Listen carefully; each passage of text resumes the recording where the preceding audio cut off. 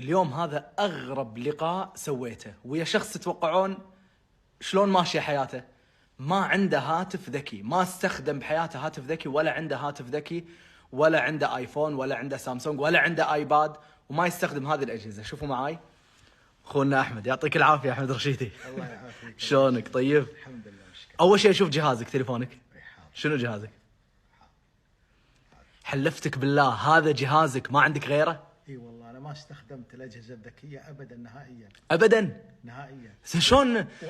وانا مو ضدها، بالعكس الاجهزه الذكيه هذه زينه وكذا، لكن انا تعودت على كذي ومرتاح. زين، انت شلون ماشيه حياتك؟ يعني اتكلم عن الواتساب مثلا، اتكلم عن يعني يا اخوان احنا الحين نستخدم التليفون، تحول البنك عن طريق التليفون، الخدمات الحكوميه عن طريق التليفون. خلونا نشوف شلون ماشيه امورك، الخدمات الحكوميه الحين مثلا شلون؟ ما زلت على العهد القديم، وكل شيء ماشي على العهد القديم؟ ماشي على تبي تحول فلوس مثلا شلون؟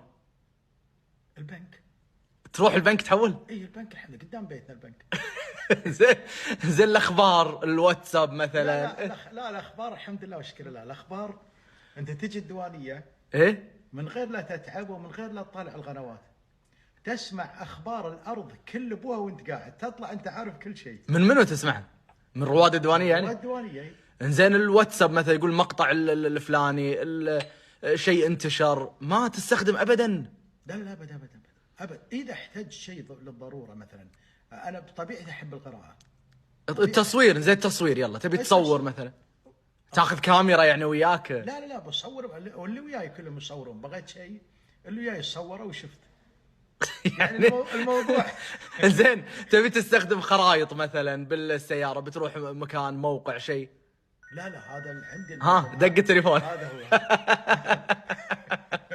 هذه حقبة. والله يا جماعه شيء غريب، يعني انا مستغرب شلون ماشيه الامور. يعني يقول ما واجه اي مشكله بحكم انه ما عنده هاتف ذكي، لكن هذا شيء فعلا يبين لنا. اشوف بعض المرات مقاطع تقدر تعيش مثلا باسبوع كامل بدون انترنت، بدون تليفون، بدون كذا. كان ويانا اخونا احمد الرشيدي قاعد الان بدون تليفون، بدون. بس بقول حادثه طريفه. قبل اللقاء هذا بساعه دقوا علي شركه زين على اساس انه عندهم معرض على الايفون كذا، فمن الطرائف قلت انا المذيع احمد الوهيده بعد ساعه بالضبط يبي ياخذ وياي لقاء على موضوع النوم.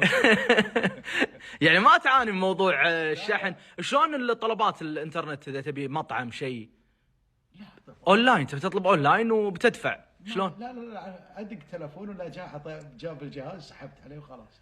قبل ما في جهاز شلون؟ كاش. تعطيه كاش.